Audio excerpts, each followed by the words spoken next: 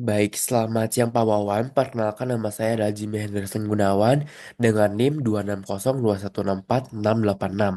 Pada kesempatan kali ini saya ingin menjelaskan jawaban saya untuk nomor 3 di UAS Deep Learning kali ini. Jadi setelah kita lihat nih di soalnya, sebagai data scientist kali ini aku mendapatkan tugas baru yang berkaitan dengan reinforcement learning yang bergerak di bidang ekspedisi. Nah, di 3A ini soalnya itu adalah kita diminta untuk mendefinisikan semua elemen dalam reinforcement learning, yaitu ada agent, environment, state, action, reward, policy, dan juga value function atau returnnya. Di sini kita buat agent. Kita ngomongin soal ekspedisi. Tentunya agentnya adalah si kurirnya dong. Kurir ini bertugas untuk nantinya mengantarkan barang, terus beroperasi dalam area-area atau tujuan-tujuannya gitu yang sesuai dengan memiliki kapasitas angkut terbatas dalam satu perjalanan. Karena di soal kita tahu dalam satu hari kurir harus mengantar 30 item barang sekali perjalanan itu cuma 20 kilogram. Lebih dari itu dia ya pokoknya ada hitungannya gitu. Maka dari itu agentnya yaitu kurir.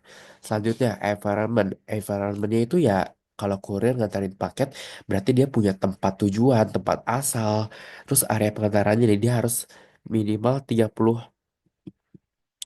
item barang 30 lokasi tujuan nah gitu. Terus misal ada kondisi jalannya gitu kan mungkin nggak mulus gitu ya, mungkin ada bolong-bolong jalannya, jadi itu mempengaruhi waktu perjalanannya gitu. Terus ada kapasitas perjalanan yang disoalkan, ada kayak ketentuannya gitu ya, kayak agen kurirnya ini tuh bertugas mengoptimalkan pengiriman 30 paket dalam rentang 8 jam dengan kapasitas maksimal 20 kilogram per per perjalanan gitu dalam radius 20 kilometer. Lalu state-nya ini itu adalah mencakup kondisi yang dinamis seperti lokasi saat ini, jumlah paket yang tersisanya itu berapa, terus berat muatannya itu berapa, sisa waktu pengirimannya, dan status paket yang telah dibuat atau belum diantarnya gitu sama si agentnya. Lalu ada action. Action ini tuh tentang pemilihan titik pengiriman berikutnya gitu.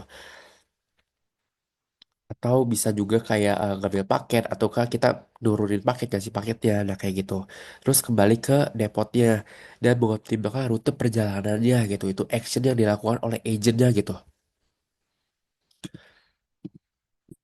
Selanjutnya setelah si agent melakukan actionnya berarti dia ada reward dong. Setelah kayak ada kriteria-kriteria tadi nih, terus dia udah melakukan actionnya dengan baik, ada reward dong. Nah ini rewardnya. Rewardnya ini tuh dirancang atau dibuat untuk memberikan insentif kayak reward ke agentnya gitu, insentif positif pada pencapaian si efisiensi si agentnya gitu. Seperti kayak menghargai setiap paket yang terkirim atau waktu pengirimannya tercepat. Terus ada atau rute yang dia pakai optimal atau enggak gitu. Atau ada juga rewardnya tuh bisa reward negatif. Sistemnya itu akan memberikan penalti gitu, kayak hukuman lah ibaratnya kayak sistem perkurangan poin untuk pelanggaran berat, batasannya batasan untuk lebih batasannya itu dikasih penalti gitu. Atau paketnya yang gak kirim pasti dong dikasih penalti. Nah ini ada hadiahnya juga untuk efisiensi, ada hadiah untuk pengantaran selesai, itu untuk reward si agentnya gitu. Selanjutnya policy. Policy ini itu akan menggunakan algoritma dari Q-learning atau DQN atau deep Q network gitu untuk secara adaptif mempelajari strategi routing terbaiknya. Tujuannya dari policy ini tuh adalah memaksimalkan reward kumulatif dengan mempertimbangkan trade-off antara kecepatan, efisiensi jarak, dan keberhasilan si pengiriman dari agentnya. Nah, terakhir ada value function atau returnnya. Ini tuh dibuat untuk mengukur keberhasilan model dari reinforcement learning kita dalam mengoptimalkan pengiriman paketnya. Terus ada juga rumusnya nih, ada VS. VS-nya ini tuh mengukur berapa baik suatu state dalam mencapai tujuan akhir. Nah, misal dalam waktu rentang 8 jam gitu kan. Terus ada return juga, ada return ini bisa dihitung dengan menjumlahkan reward yang diterima selama kurir mengantarkan barangnya gitu. Dan biar lebih detail, kita masuk ke poin nomor B nih. Ke B ini mendefinisikan bagaimana perhitungan value function return untuk menentukan apakah tujuan dari model reverse learning kita ini udah tercapai. Terus dapat menentukan asumsi untuk perhitungan ini. Kita dapat menentukan asumsi. Nah, di sini kita ada rumusnya nih yang tadi aku bilang VS. Itu adalah rumusnya sigma dari total rewards-nya dikurang dari total dari penaltinya. Nih, reward dari paket, reward dari waktu, reward dari rutenya, dikurang dari penalti, penalti berat, penalti waktu atau penalti paketnya. Nah, gitu. Di sini kita buat si tabel untuk rewardnya. Nah, kita lihat nih kategori ya. Kategori ada reward utama, bonus efisiensi, bonus rutenya, penalti berat, waktu, dan juga penalti si paketnya. Nah, kalau reward utama berarti artinya paketnya terkirim. Bonus efisiensi berarti waktu tersempatnya dong. Bonus rute jarak yang optimal, jarak yang baik gitu berarti tempuh. Terus ada penalti berat ya, kelebihan muatannya, penalti waktu, keterlambatan, penalti paketnya ya nggak kekirim dong. Nah kita buat sistem poinnya nih, misal kalau paketnya udah kekirim dia dapat plus 10. Waktu tercepatnya dia plus 5, jarak optimalnya plus 1 per kilometer. Jadi kalau misalkan jarak optimal, ini lebih optimal 2 kilometer, berarti dia plus 2 ya. Terus ada kelebihan muatan, kelebihan muatan dia dikena penalti, di minus poin dia 20 per kilogram. Terus ada keterlambatan, dia minus 50 per menit. Terus ada tidak terkirim, itu dia minus 100 per paket gitu. Nah ini untuk pembuatnya, dan itu mekanisme penilaian ya. Jadi dari soal ya, kayak 30 item per barang, terus dia sebelum 8 jam, terus dia rute terpendeknya, terus dia kalau penalti beratnya dia lebih dari 20 kilogram, karena kita punya batasannya tuh 20 kilogram gitu kan per pengiriman. Terus keterlambatannya jangan lebih dari 8 jam. Terus penalti paketnya ya tujuan paket kita terkirimnya 30 paket. Kalau dikurang dari itu ya kena penalti gitu. Terus ini ada rumusnya. Ini tuh adalah ini rumusnya sama kayak yang ini ya. Tapi ini lebih dijabarinya tuh seperti ini gitu. Kayak misal nih, reward function dia kalau paket kita terkirim berarti kita dapat plus 10 poin. Kalau kita dapat kita kirim semua paketnya 30 berarti kita dapat 300 poin. Tapi dapat penalti nih kalau misalkan penaltinya tuh gak kekirim atau gak ada berlebih itu muatannya atau waktunya tuh kelebihan. Nah, ini ada kekurangan poinnya. Gitu.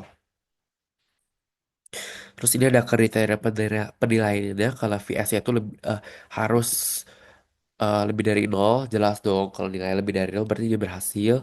Terus 30 per 30 paket terkirim, berarti 30 paket itu terkirim sesuai dengan yang disoalkan. Nah, kita kan mau mengirim 30 item barang gitu. Terus waktunya kurang dari 8 jam, lalu beratnya itu kurang dari 20 kilogram per perjalanan. Kalau lebih dari itu berarti kena penalti dong. Nah, ini untuk kriteria keberhasilan. Kalau semua itu udah terpenuhi berarti kita berhasil kita sebagai agent.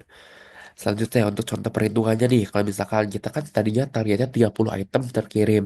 Kalau misalkan kita cuma 28 terkirimnya, berarti kita cuma dapat 280 poin. Terus kalau misal dua paketnya nggak kekirim nih, berarti kan per satu paketnya kalau nggak kekirim berarti minus 100. Kalau dua paket berarti kita minus 200 nih. Gitu, berarti ini kan 280 kurang 200, berarti kita 80 poin nih. 80 poin.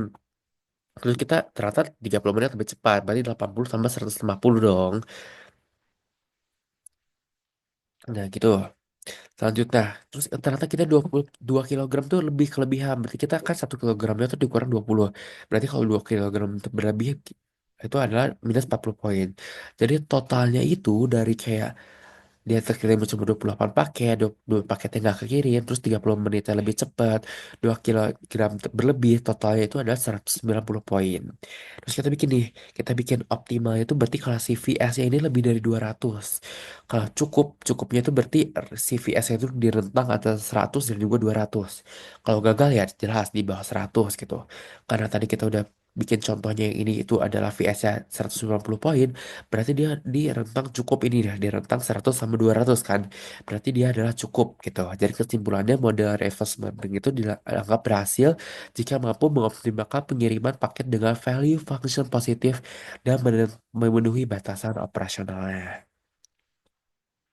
Oke, mungkin seperti itu saja penjelasan untuk nomor 3 kali ini. Terima kasih dan selamat siang.